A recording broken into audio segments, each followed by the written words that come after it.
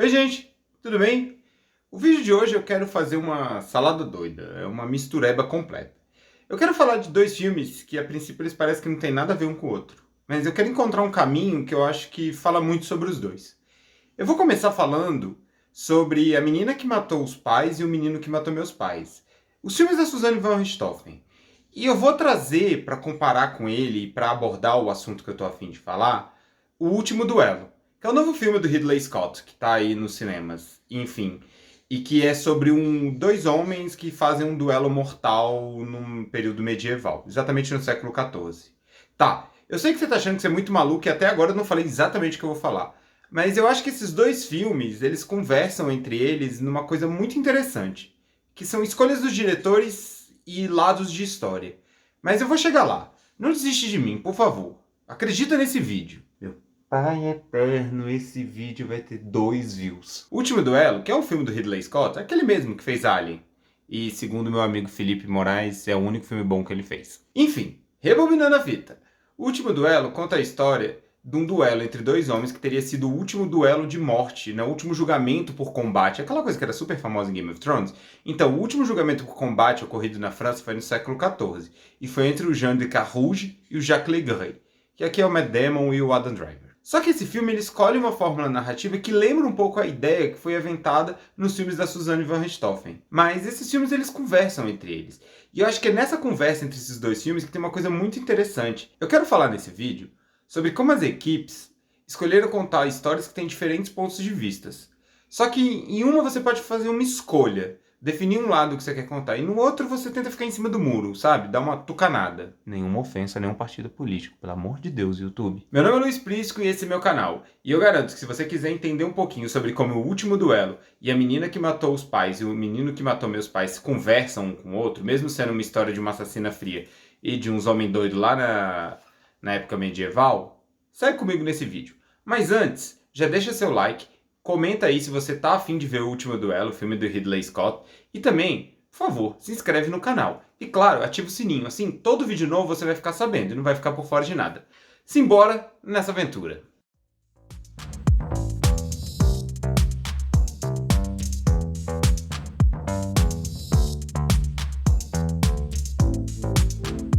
Gente, tá fazendo um calor de 180 graus aqui em Brasília. Eu tô com as janelas todas fechadas para conseguir gravar, com as luzes na minha cara, então provavelmente eu vou derreter ao longo do vídeo. Sem mais delongas, vamos pro que interessa. Para eu fazer essa análise, eu vou ter que dividir esse vídeo em duas partes. Uma parte eu vou explicar os filmes da Suzanne von Richthofen. A segunda parte eu vou falar de O Último Duelo. E aí no final eu vou tentar juntar eles dois e propor esse debate que eu tô a fim de fazer. Parte 1, você decide. Logo que se soube que teria um filme sobre a Suzanne von Richthofen, o público também foi pego de surpresa com a informação de que na verdade não seria um, mas duas produções.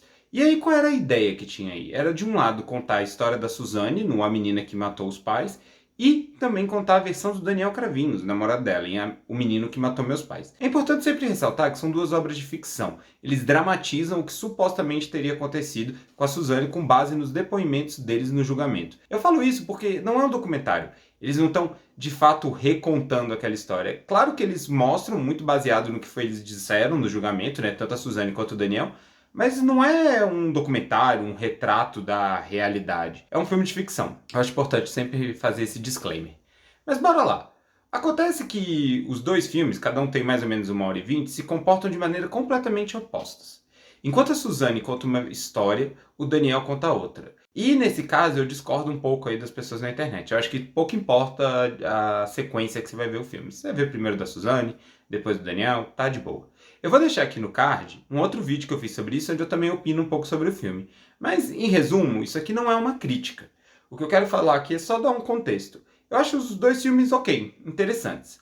Mas eu quero focar aqui minha análise na escolha narrativa que foi feita. A Menina que Matou os Pais conta toda a versão da Suzanne. Então, nessa versão, a Suzanne foi uma menina completamente manipulada pelo Daniel. Corta. E vamos para O Menino que Matou Meus Pais, que é a versão do Daniel Cravinhos. E ele conta falando exatamente o quê? Que ele era um menino bom e amoroso e que foi manipulado pela Suzanne. Veja que em ambos, um atribui a culpa para a outra. E no final dos dois filmes, cabe a você decidir se você concorda mais com a versão da Suzanne ou se você está mais inclinado a concordar com a versão do Daniel. Como filme, eu acho o filme O Menino que Matou Meus Pais melhor que A Menina que Matou os Pais. Mas ok, isso é outro debate. O que eu quero dizer aqui é que a escolha dos produtores e diretores do filme é muito clara. É falar, cabe a você decidir de que lado você tá dessa história. E assim, não que tenha um lado certo, mas qual você acredita mais? Essa foi a decisão que eles tomaram. Então os filmes, eles não te levam a lugar nenhum, eles não te dão nenhuma conclusão. Eles te apresentam uma história, corta para outro filme, ele te apresenta outra história. Isso e somente isso. Parte 2, ele decide. Agora, vamos falar de O Último Duelo. Filme do Ridley Scott, que tá aí nos cinemas. E eu acho que eu já falei isso outras vezes, mas me perdoa. Eu vou dar um contexto maior, porque afinal de contas, ao contrário dos filmes da Suzanne, esse não é bem conhecido. Ele também é baseado em fatos reais, e ele reconta quando ocorreu o último julgamento por duelo na França. Acontece que essa história, que parece ser sobre dois homens, o Jean de Carrouge e o Jacques Legris, que é especificamente o Matt Damon e o Adam Driver, se enfrentando, na verdade, não é sobre nenhum dos dois. Essa história é sobre Marguerite de Carrouge, que é a esposa do Jean de Carrouge, que acusa o Jacques Legris de ter ela estuprado. E bom, a gente está falando do século XIV na França. Quando uma mulher fala que foi estuprada, basicamente ninguém ouve a mulher. E acho que o filme sabe retratar isso bem. Mas o que acontece? Quando ela relata que foi violentada sexualmente pelo Jacques Legris, o Jean de Carrouge solicita um julgamento por combate. E assim eles vão decidir quem estava mentindo e quem estava falando a verdade. Esse conceito de mentira, verdade, ele faz sentido nesse filme, porque o longa, ele conta esse mesmo fato por meio de 3 olhares. O olhar do marido, o Jean de Carrouge, o olhar do agressor, o Jacques Legris, e o olhar da vítima, a Marguerite de Carrouge. E todas essas histórias, elas acabam se repetindo. Então, se você for ver esse filme, sabe que você vai ver a mesma cena 3 vezes, basicamente. E o que pode parecer maçante, em alguns momentos é um pouco, é interessante quando você entende o que o diretor quis falar pra você. É claro que eu não tô na cabeça do Ridley Scott, e se eu tivesse eu seria milionário nessa altura do campeonato. Mas é perceptível que o Ridley Scott, ele, ao contrário do que acontece com os filmes da Suzanne, ele escolhe um lado. E o lado dele é o da Marguerite. O que o Ridley Scott ele faz, na verdade, é mostrar a partir das outras perspectivas como essas duas perspectivas dos dois homens não conseguem perceber diversas nuances que estão na perspectiva da mulher, né, que estão na perspectiva da vítima. Então é um marido que tem sua suposta honra ofendida e um homem que só viu uma mulher que estava dizendo não só para fazer charme. Eu sei, parece bizarro. E ainda parece mais bizarro que isso é um pouco atual. Acontece que a Marguerite, na verdade, ela quando mostra a visão dela, você consegue ter outras várias nuances que não eram perceptíveis na visão dos outros dois. E ao final, o filme ele dá uma amarrada nisso, né? Ele conclui essa história e deixa muito claro desde o tempo todo que ele entende que ela foi violentada, que o filme concorda com a versão dela. Esse filme, de fato, foi baseado em fatos reais. Tem até um livro de um crítico literário que se chama O Último Duelo, que mostra exatamente isso, que ele foi pegando registros históricos desse último julgamento por combate, que é sobre essa acusação de estupro, e esse enfrentamento entre o Jacques Legris e o Jean de Carrouge. Tem algumas outras nuances no filme, eles eram grandes amigos que viram rivais, e enfim, isso tudo vai acontecendo. É um filme longo, por vezes um pouco enfadonho, mas que tem essa jogada muito interessante. Parte 3, agora sou eu que decido. É claro que você falar de um filme de uma menina que, junto do seu namorado, arquitetou o assassinato do pai, e de uma mulher que foi vítima de estupro e fizeram de tudo para calá-la, não parece ter muita conexão. Acontece que eu quero falar aqui das escolhas narrativas, porque eu sei que parece clichê, mas tudo tem vários lados. E quando você vai contar uma história, basicamente você pode escolher um lado ou querer retratar tudo. Quando eu acho que nos filmes da Suzanne, a equipe de produção ali tenta contar tudo e não se envolver em hora nenhuma, falta um pouco de coragem. Qual versão mais eles acreditavam? Né? O que eles queriam? O que eles queriam mostrar com aquela obra de visual? Eles só queriam relatar aquela história e somente isso, e que as pessoas tirassem sua conclusão? Para mim, faltou um pouco de audácia, sabe? De tentar subverter um pouco essa coisa de só mostrar 2 lados da história, sabe?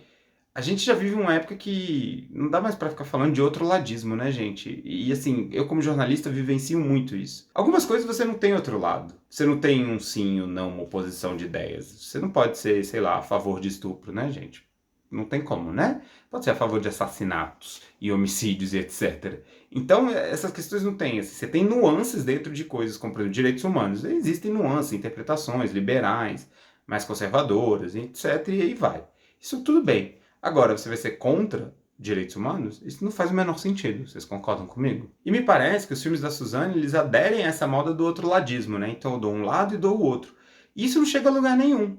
Porque como são versões que completamente se contrapõem, você não está ali de fato, eu vou extrair uma verdade, quase uma dialética desse processo, né? Onde A conflita com B e gera C.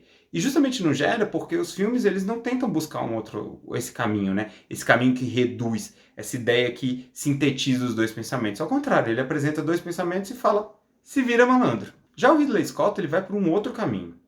O que ele faz? Ao contar 3 pontos de vista, ele em todo momento deixa claro qual é a verdade em si. A verdade é, tem uma mulher agredida, tem uma mulher que foi vítima de violência sexual. Esse é o ponto que ele escolhe desde o começo narrar. Só que ele mostra como o marido enxerga todo esse processo e como o agressor enxerga todo esse processo e principalmente como a vítima enxerga todo esse processo. E a conclusão dessa trama vai se desenrolar do ponto de vista da vítima. O que me parece que faltou nos filmes da Suzanne foi justamente uma amarração. Eu sempre defendi que para seguir essa linha narrativa, esses filmes deveriam ser uma série, porque afinal de contas eles podiam mostrar vários elementos. Por exemplo, qual é a visão do irmão da Suzanne? Qual é a visão do júri e do todo o sistema judiciário que condenou a Suzanne? Qual a visão da polícia nesse processo? Afinal de contas, tanto Suzanne quanto Daniel Cravinhos estão presos. Qual é a visão do irmão do Daniel Cravinhos, né? Que estava lá envolvido nessa história toda e a visão dele ela é completamente jogada nos filmes. Eu acho que faltou um pouco de coragem já que você quer contar uma história por múltiplas visões, qual é a posição dos criadores do filme sobre isso? Que mensagem eles quiseram passar com esse filme? Essa que é uma pergunta que me ficou o tempo todo depois que eu vi essa produção, eu fiquei com ela martelando na cabeça. O que é que eles queriam passar? E veja, eu não estou cobrando aqui uma autoridade moral, que eles quisessem passar um valor moral nem nada, mas o que eles quiseram passar recontando essa história? Eles queriam traçar um perfil que a Suzane era manipuladora? Ou que o Daniel era manipulador? Ou falar que os dois eram manipuladores, mas nem isso eles conseguem. Já o Ridley Scott, com o último duelo, ele consegue passar exatamente o que ele pensa. E o que ele pensa é que Marguerite era uma vítima. E que a única forma que ela tinha de provar a verdade dela era recorrendo a um julgamento completo por homens. E o destino do que ela dizia ia ser decidido por homens. 2 homens iam se enfrentar em combate. E ela não tinha direito nenhum. No fundo, esse último duelo não é só entre os 2 homens que caem na porrada lá na arena. Mas é também um duelo dela contra uma sociedade que não queria aceitar que ela falasse. E eu acho que isso é muito interessante, porque em vários momentos, em diálogos e outras cenas, ela fala, eu não vou me calar, eu vou sempre falar e tudo mais. Isso eu achei muito legal, porque mostra que ela também estava duelando. O último duelo não era só entre o Carrouge e o Legris. Ela também estava duelando. Ela estava duelando contra a sociedade que queria o tempo todo impor a ela o silêncio e que ela aceitasse aquilo ali. Eu sei que esse papo pode soar meio maluco, afinal de contas eu estou misturando 2 coisas que, sei lá, não faz muito sentido. Mas essa é a minha cabeça, eu sou um pouco confuso. E daí eu vejo uma coisa aqui que me lembra de outra coisa aqui e eu junto elas aqui nesse vídeo para desabafar para vocês. Por isso eu vou perguntar para vocês de novo. Se vocês já preencheram lá nos comentários se vocês querem ou não querem ver o último duelo, quem chegou até o final desse vídeo eu vou pedir para responder outra coisa. Você prefere uma história que deixa um final que você vai ter que decidir sem te dar nenhuma posição sobre o que ela pensa dessa história? Ou você prefere um diretor que vai te contar uma coisa falando, olha, meu ponto de verdade é esse. Se você quiser me acompanhar, vem por aqui. Deixe aí nos comentários e, por favor, fica aí até o próximo vídeo.